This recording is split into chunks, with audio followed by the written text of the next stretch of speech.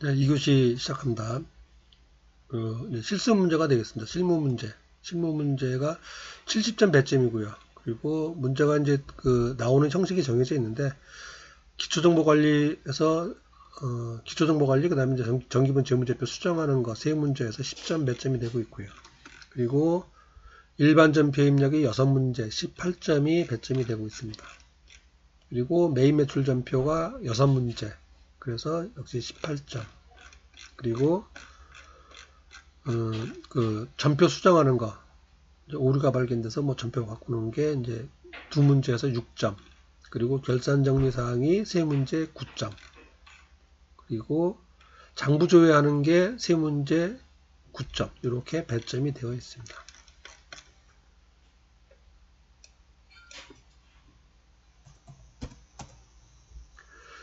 자, 이제 실무 문제 풀기 앞서가지고 요건 프로그램 설치하는 아니 프로그램이 아니고 이제 기출 문제 다운 받는 거를 잠깐 좀 화면상으로 좀 보겠습니다.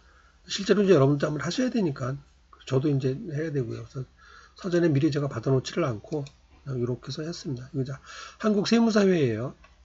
한국세무사회에서 이제 로그인하고 기출 문제로 들어온 겁니다. 기출 문제. 자, 로그인해서 기출문제로 들어오면은 이렇게 있습니다. 그리고 그 중에서 지금은 이제 4번에 가 있는데 88회 전산회계 1급이죠. 전산회계 1급 클릭하고 그러면은 이제 압축 파일이 있고요. 압축 파일 클릭.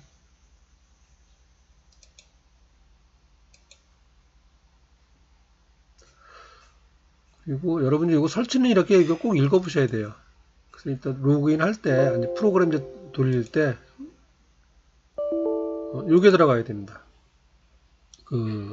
샘플 수험번호하고 감독관 확인 번호가 들어가야 돼요. 그래서 요거는 여러분들 풀어볼 때도 마찬가지예요. 이걸 한쪽에 적어 놓으셔야 됩니다. 이렇게 되어 있고요. 그리고 이제 설치하는 거는 여기 이제 실행 파일에서 실행해 주면 되겠죠.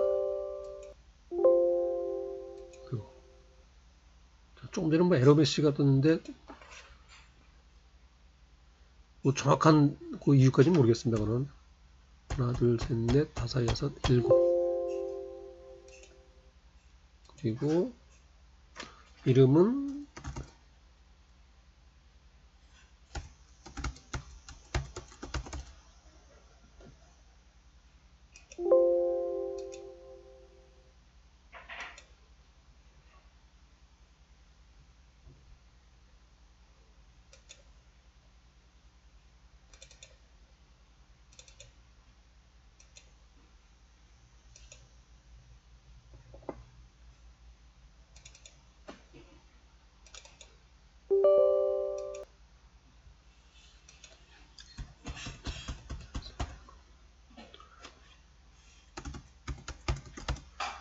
지금 제가 조금 전에 압축을 풀지 않은 상태에서 그냥 바로 더블 클릭했더니 이제 그런 현상이 발생을 한 것 같아요. 지금 압축을 풀고 나서 지금 하고 있습니다.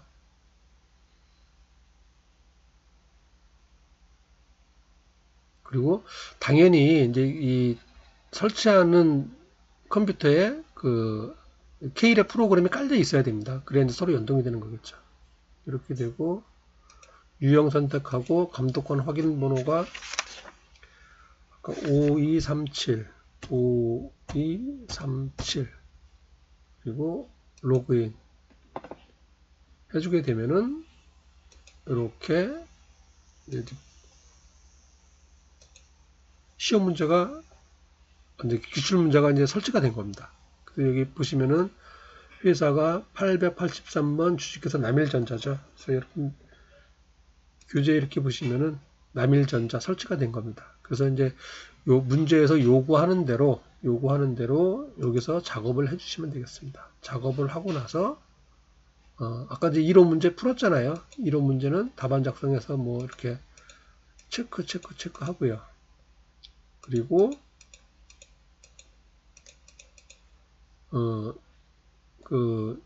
실무 문제 6번에서 보시면은 이제 장부 조회하는 거 있잖아요. 금액 여기 실제로 이제 입력하는 겁니다. 입력하고 나서 답안 저장하면 이제 USB에 저장이 되고 이제 컴퓨터에 USB를 꽂아놨겠죠. 시험장에서 받은 거. 그래서 그거를 제출하면 되는 그런 형태로 되어 있습니다. 이렇게 됐고 이제 그 교재에서 이제 문제에서 요구하는 대로 풀어보시면 되겠습니다. 자, 이제 같이 한번 풀어보도록 하겠습니다. 자, 문제 보시면은 정기분 손익계산서를 검토한 결과 다음과 같이 오류가 발견되었다. 관련되는 정기분 재무제표를 모두 수정하시오. 손익계산서가 이거 틀렸다는 얘기예요. 560이 아니고 650만 원입니다. 그러면은 요 비용을 고치니까 당기순이익이 바뀌겠죠. 당기순이익이 바뀌면은 이익여금 처분계산서 내용이 바뀌고 이익여금 처분계산서에서 미처분 이익여금이 바뀐다는 얘기입니다. 그러면은 미처분 이익여금은 정기분 재무상태표에 2월 이익여금으로 되어 있어요. 그래서 세 가지가 바뀌는 겁니다. 지금 하나가 바뀌면. 그래서 그거를 내가 일일이 입력을 해줘야 돼요. 자, 560을 650으로 바뀌었습니다. 지금 전기분 손익계산서 보시면은 수도광열비가 수도광열비 있죠. 560이 아니고 650만 원이란 얘기예요. 650만 원. 그럼 이거를 650만 원 이렇게 바꾸고요. 엔터키 쳐서 바뀌었습니다. 바뀌면은 아마도 당기순이익이 바뀐 겁니다. 당기순이익이. 당기순이익이 2,360만 원으로 바뀌었어요. 그럼 요거를 이제 시험제에다 이제 확인을 해주시고 2,360만 원 됐고 정기분 잉여금 처분계산서로 갑니다. 정기분 잉여금 처분계산서. 그러면은 당기순이익이 2,450만 원이 아니잖아요. 2,360이었잖아요. 그거를 바꿔줍니다. 2,360만 원. 2,360만 원이죠. 하면은 그러면은 이제 미처분 이익여금이 바뀌겠죠. 4,733만 5천 원. 요 금액을 바꿨으니까 여기 바뀐 거예요. 아까 손익계산서 그 비용 하나를 바꾸니까 당기순이익이 바뀐 거고, 그럼 당기순이익을 여기다 입력을 해줘야 된다는 얘기입니다. 이게 자동으로 연동이 안 돼요. 요 금액이 바뀌면은 요거 두 개 합쳐서 요 금액인데 요게 바뀌죠. 4,733만 5천 원. 그럼 요걸 다시 또 그 시험지 문제지에 적어 놓고, 그리고 이제 최종적으로 전기분 재무상태표예요. 금액이 지금 차변 대변 합계액이 틀리죠. 대차 차이가 나왔잖아요. 그거만큼 틀린 거예요. 지금 요거만큼.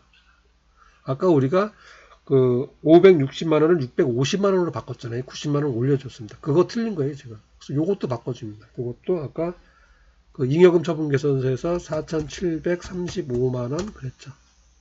그렇게 되면은 4,733만 5천 원입니다. 4,733만 5천 원. 그렇게 되면은 대차 차익이 없어지고 맞죠. 이렇게 되는 겁니다. 그리고 닫고 보시면은 다시 한번 보겠습니다. 손익계산서에서 수도광열비 요걸 바꿨어요. 요걸 바꾸면 당연히 당기순이익이 바꿔지겠죠. 당기순이익 적어놓고 당기순이익이 여기 들어갑니다. 여기 바뀌었겠죠. 지금 바뀐 금액으로 입력한 거예요. 요 금액을 바꾸면은 요게 바뀌겠죠. 4,733만 5천 원. 미처분 이익여금이에요.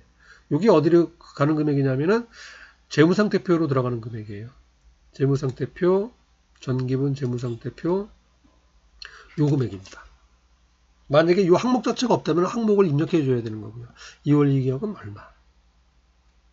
이렇게. 지금 요 1번 문제가 대표적으로 나오는 문제예요.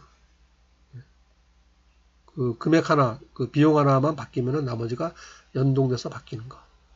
상당히 좀 자주 나오고 기본적인 문제라고 보시면 되겠습니다. 3번 고치긴 하지만은 어려운 건 아니고요. 재무제표간 연결관계만 기억하고 있으면 쉽게 풀 수 있는 그런 문제가 되겠습니다.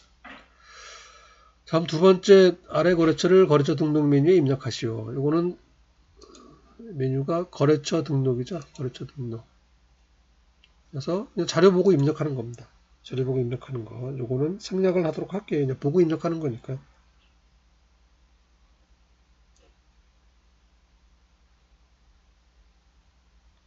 그냥 유전에다 그대로 그냥 코드하고 뭐 해서 입력을 하면 됩니다. 요거는 이제 생략하도록 하고. 다음, 문제 3번. 보시면은 계정가물 적용 등록에서 521번. 대체 조교 3번 등록하시오.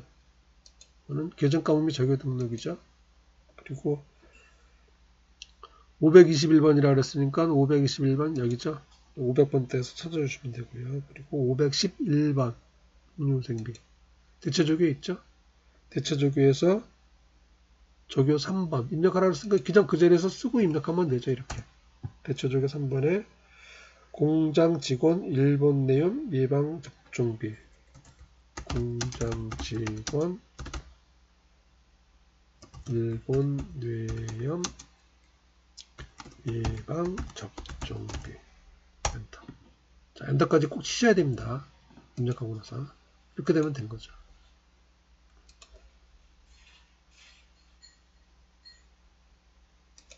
자, 그래서 기초정보관리 세 문제를 풀어봤고요.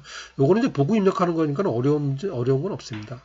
그런데 이제 1번 같은 경우 하나 입력하면은 나머지 정정해야 되는 거. 요거는 꼭 한번 해보셔야 되고 그 순서 어떻게 연결되는가를 이해를 하고 있으셔야 됩니다.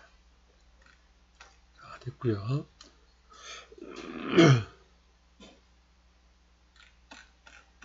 그리고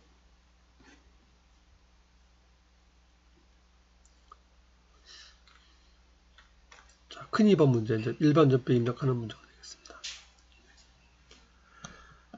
자, 1번 7월 25일 날 일기 확정 신고분 부가가치세와 신용카드 수수료 35만 원을 포함해서 신용카드로 납부하였다. 6월 30일자 숙정에 회계 처리된 부분을 확인하고 회계 처리해라. 자, 지금 이 88의 문제는 문제가 조금 좀 어렵습니다. 보면은.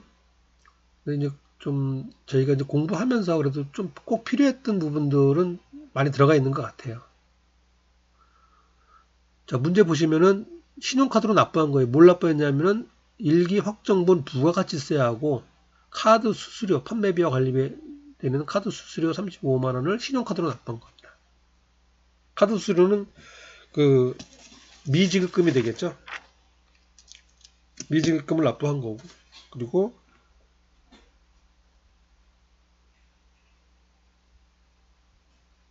이거 이제 카드로 내니까 카드 수수료가 들어가는 거죠. 수수료 비용이 되겠습니다. 그리고 이제 부가세를 납부했는데 부가세 얼마 납부한 거는 6월 30일자로 확인을 해보라 그랬어요. 그래서 일반 전표 입력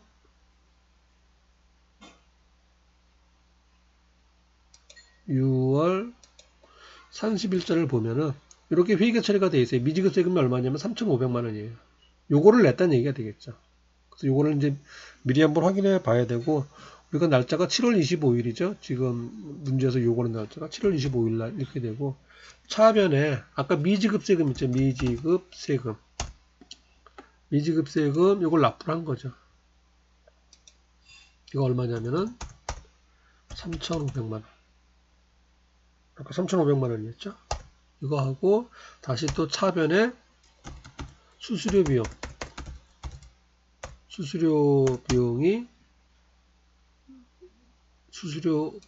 네. 이게 35만 원이었죠. 아니 35만 원. 그리고 요거를 카드로 납부한 거죠. 카드니까 미지급금이 되겠죠. 미지급금이나 미지급 뭐 비용 되겠습니다. 미지급금. 그리고 거래처는 이건 반드시 입력을 해줘야죠. 미지급금이니까. 거래처가 어디냐면은 신용카드예요. 신용카드 BC카드라 그랬습니다. BC카드. 그리고 금액은 여기 자동으로 되고요. 이런 분계가 되겠습니다.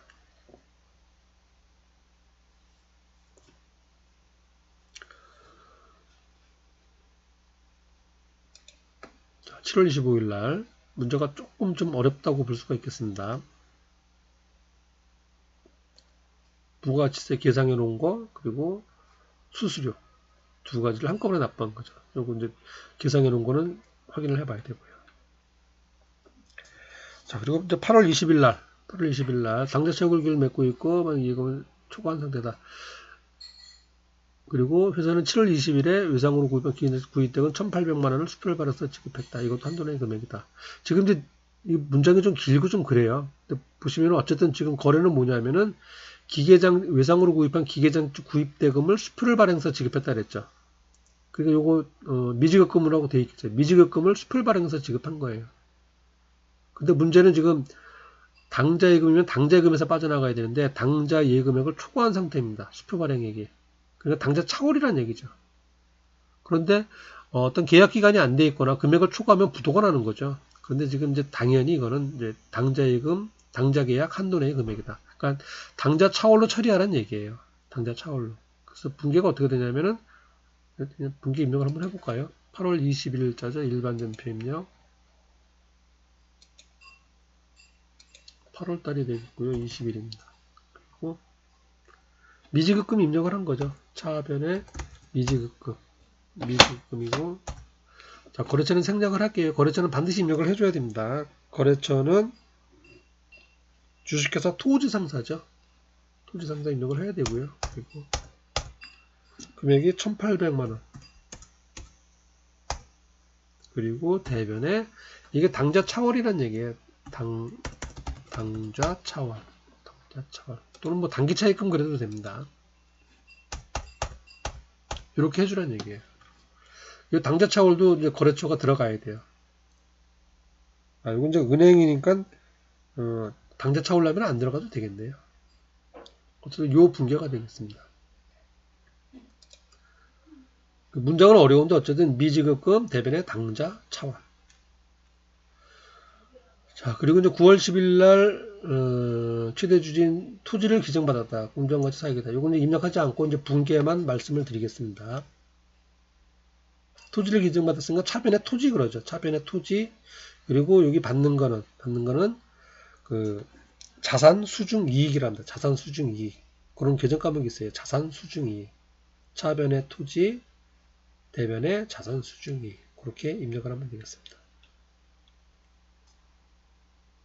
그리고 10월 12일 미수금이 대손 처리 요건이 충족돼서 대손 처리하기로 하겠다. 이제 비용 처리한다는 얘기죠. 이제 못 받게 돼갖고. 근데 문제는 이제 대손 충당금을 조회해서 처리하라는 얘기예요. 그래서 대손 충당금을 조회하셔야 됩니다. 이거는. 그래서 10월 12일도 문제가 조금 어렵습니다. 보면은. 그래서 이거는 계정별 원장이 되겠죠. 계정별 원장이고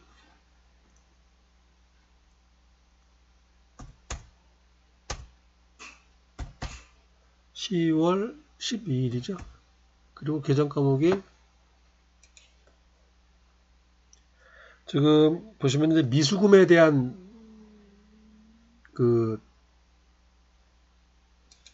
미수금을 찾아볼까요? 미수금에 대한 계정 과목이 요거죠, 요거. 미수금에 대한 대손 충당비라서가 121번입니다. 121번 확인. 그리고 여기도 121번. 그러면은 대손 충당금 잔액이 얼마냐면 80만 원 있다는 얘기예요. 지금 계정별로 들어왔습니다. 계정별 잔액 확인하는 것. 그리고 날짜가 10월 12일이니까 10월 12일자 확인하면 되는 거예요. 1월 1일부터 10월 12일. 그리고 뭘 조회할 거냐면 계정 과목 뭘 조회할 거냐. 여러 가지 계정 과목을 조회할 수 있는데 그 중에서 우리는 121번을 조회한 겁니다. 80만 원이 현재 설정되어 있어요. 80만 원. 그래서 문제에서 보시면은 지금 200만 원이 이제 대손이 된 겁니다. 충당금은 80만 원이 설정되어 있다는 얘기예요. 그래서 회계 처리는 이게 지금 날짜가 10월 12일이죠. 10월 12일. 그리고 차변에 대손 아까 121번이었었죠. 121번 대손 충당금이 얼마냐면은 80만원 이렇게 되고요. 그리고 다시 또 차변에 나머지가 이제 대손 삼각비죠. 대손 삼각비인데 이게 지금 미수금에 대한 거니까 기타의 대손 삼각비입니다. 기타의 대손 삼각금. 외상 매출금이나 받으러움에 대해서는 그냥 대손 삼각비. 나머지 채권에 대해서는 기타의 대손 삼각비예요. 이렇게 해주고 이 금액이 얼마냐면은 120만 원이겠죠. 200만 원이 이제 못 받게 됐으니까. 그리고 대변에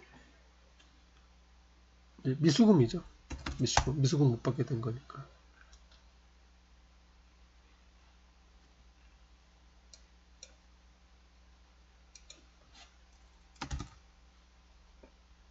미수금. 이것도 이제 거래처 입력을 해줘야 되고요. 거래처는 이제 생략을 하겠습니다. 이렇게. 자, 이것도 이제 분계가 조금 좀 어렵습니다. 대손충당금을 이제 조회를 해야 되니까. 대손충당금 조회해야 되는 게 있고, 80만 원이라는 걸 알아내야 되고, 그리고 계정 과목이 기타의 대손상각비예요. 기타의 대손상각비.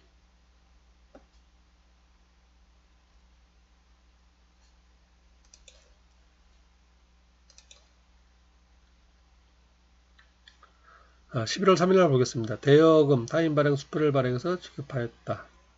돈을 빌려줬다는 얘기예요. 그리고 타인 발행 당좌 수표니까 그냥 현금이죠. 그래서 이거는 분개를 하면은 그냥 6개월 뒤에 회수하고 이런 거니까 단기 대여금, 차변에 단기 대여금 1,000만 원, 대변에 그 타인 발행 수표니까 타인 발행한 거잖아요. 그냥 현금, 그냥 현금이 되겠습니다. 그러니까 출금 전표예요, 그냥. 이건.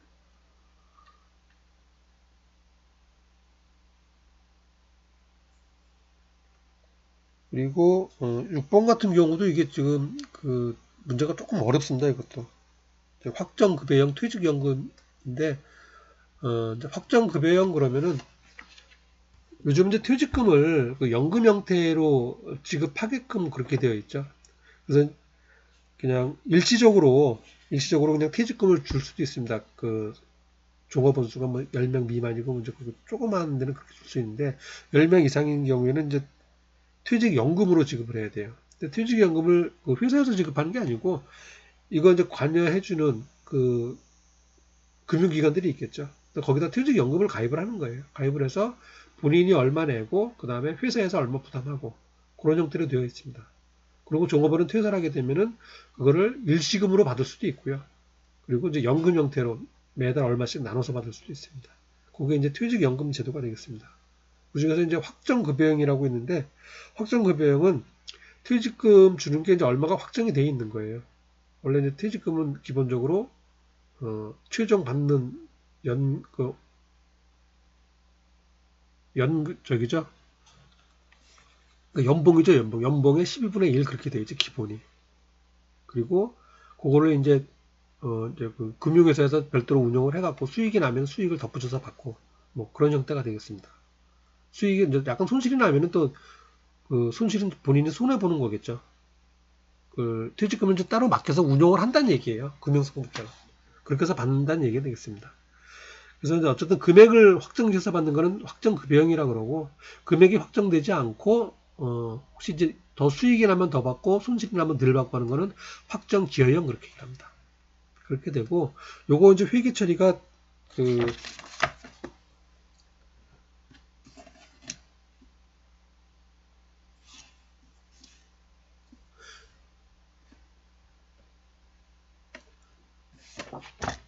회계 처리 같은 경우는 그 이제 회사에서도 그 연금회사에다가 돈을 지급할 거 아니에요. 연금 얼마씩 납부하기 위해서 퇴직금을 그쪽에다 적립을 하는 거죠.